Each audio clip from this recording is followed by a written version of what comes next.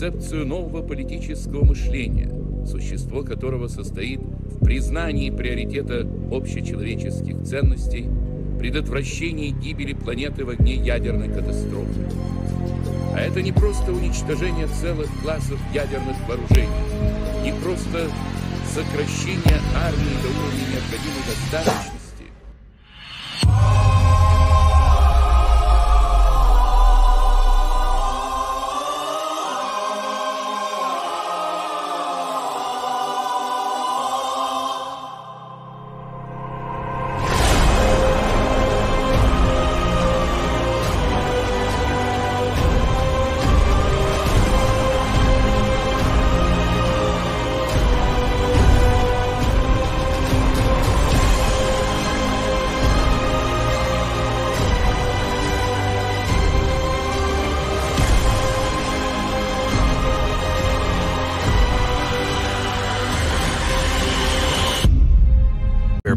Vladimir Putin announced the move in an unscheduled TV address. He said that Russia would bring in troops. He told Ukrainian troops to lay down arms and go home. Any attempt to interfere with this Russian action would lead to, quote, consequences. 2021 में Russian president Vladimir Putin ने एक article लिखा जिसमें वो बात करते हैं Russia और यूक्रेन के बारे में। वो कहते हैं कि रशियन और यूक्रेनियंस एक टाइम पे एक जैसे ही हुआ करते थे। जी हाँ, उन्होंने कुछ ऐसी ही बात करी इन दोनों देश के रिलेशनशिप को लेके। और अगर हम प्रेजेंट सिचुएशन की बात करें तो अभी रशिया के 1.30 लाख ट्रूप्स प्रेजेंट हैं यूक्रेन में, और उन्होंने ऐसी खुली धमकी दी है वेस्ट को कि अगर उन्होंने अपनी रेड लाइन क्रॉस करने की कोशिश की तो वो फुली इन्वेड कर देंगे यूक्रेन पे। तो आखिरकार ये सब क्यों हो रहा है और वो ऐसी सिचुएशन डेवलप ही क्यों हो रही है, आज हम उसके बारे में बात करेंगे। और अगर आपको वीडियो पसंद आता है तो प्लीज़ लाइक करें, सब्सक्राइब करें।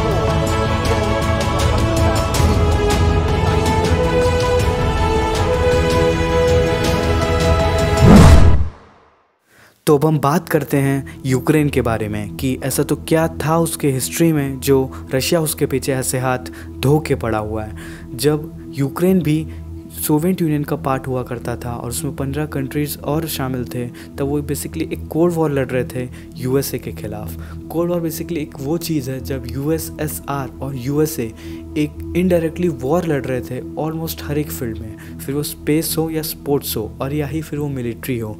और अगर हम बात करें यूक्रेन की, तो यूक्रेन क्योंकि यूरोपियन कंट्रीज़ के काफ़ी करीब आया हुआ है, इसीलिए सोवियत यूनियन ने वहाँ पे न्यूक्लियर वेपन्स इंस्टॉल किए हुए थे। लेकिन ये नज़ारे तब बदल गए, अचानक से एक ट्विस्ट तब आता है जब 1991 में यूएसएसआर कोलैप्स हो गया। यूएसएसआर के कोलैप्स होने के साथ ही 15 नए नए कंट्रीज़ और बन गए, जिसका नाम था Armenia, Azerbaijan, Belarus, Estonia, Georgia, Kazakhstan, Kyrgyzstan, Latvia, Lithuania, Moldova, Russia, Tajikistan, Turkmenistan, Ukraine और उज़्बेकिस्तान।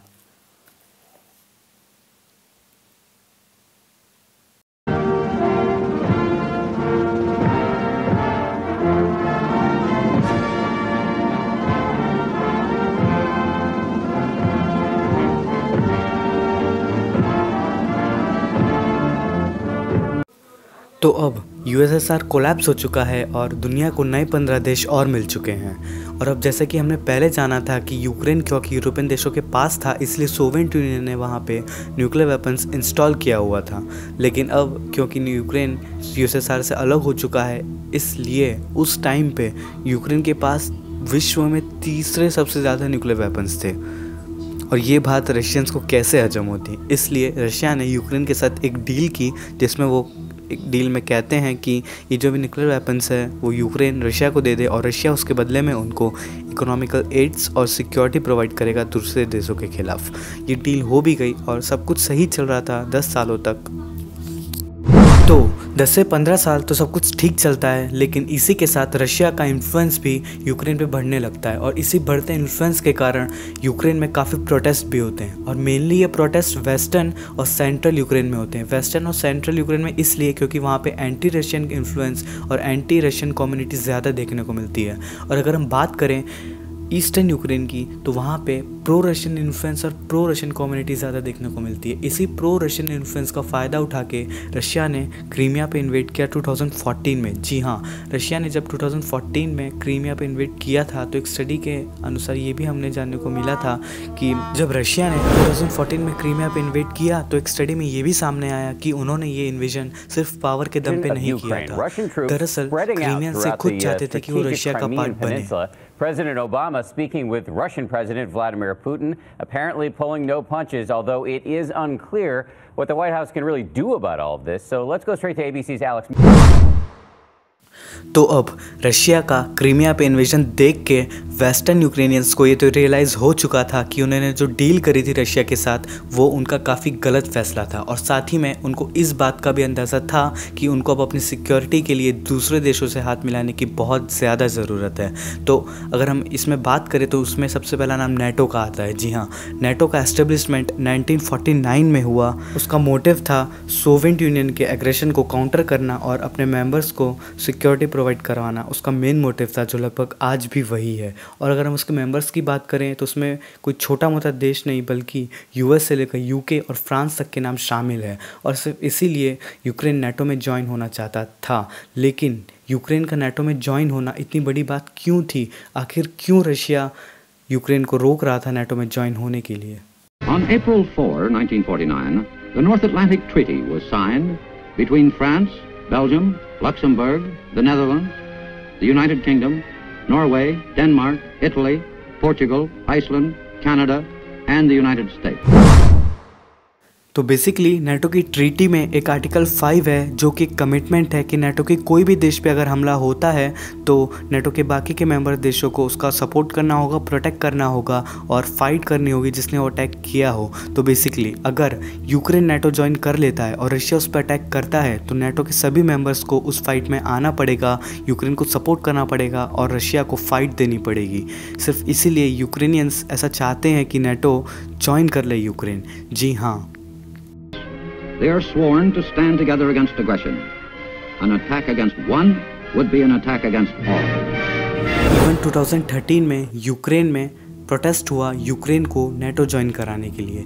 वो प्रोटेस्ट इतना बड़ा था कि उस टाइम के यूक्रेनियंस प्रेसिडेंट विक्टर यानुकोविच जो कि प्रो रशियन थे और वो नहीं चाहते थे कि यूक्रेन नेटो का हिस्सा बने, उनको देश छोड़ के भागना पड़ा और रशिया का रेफ्यूजी बनना पड़ा।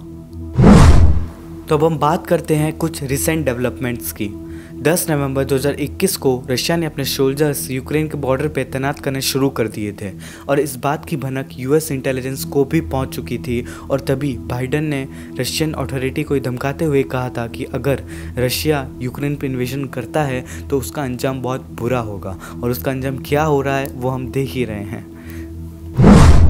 उसके बाद एक न्यूज़ ऐसी भी आती है कि रशिया अपने सोल्जर्स को पीछे ले रहा है। रशिया दरअसल डी-एस्केलेट कर रहा है, लेकिन बाद में ये न्यूज़ फेक निकलती है और कुछ एक्सपर्ट्स की माने तो उनका कहना तो ये भी था कि ये सब रशिया चाइना के कहने पे कर रहा है। जी हाँ, एक्चुअली चाइना ने प्रेशर डाला था रशिया पे क्योंकि वो चाहता था कि जब तक बीजिंग ओलंपिक चल रहा है तब तक रशिया कुछ ना करे। वो किसी भी कीमत पे बीजिंग ओलंपिक की इमेज ख़राब नहीं करना चाहता था। और अगर हम और डीप में जाते हैं, कुछ एक्सपर्ट्स की राय और लेते हैं तो हमें ये भी पता चलता है कि 20 फरवरी को बीजिंग ओलंपिक का लास्ट डे था और 21 फ़रवरी को ये न्यूज़ आती है कि रशिया डोनेस्क और लुहांस्क जो एक सेपरेटिस्ट एरिया थे ईस्ट यूक्रेन में, उनको अब वो इंडिपेंडेंट देश घोषित करेगा।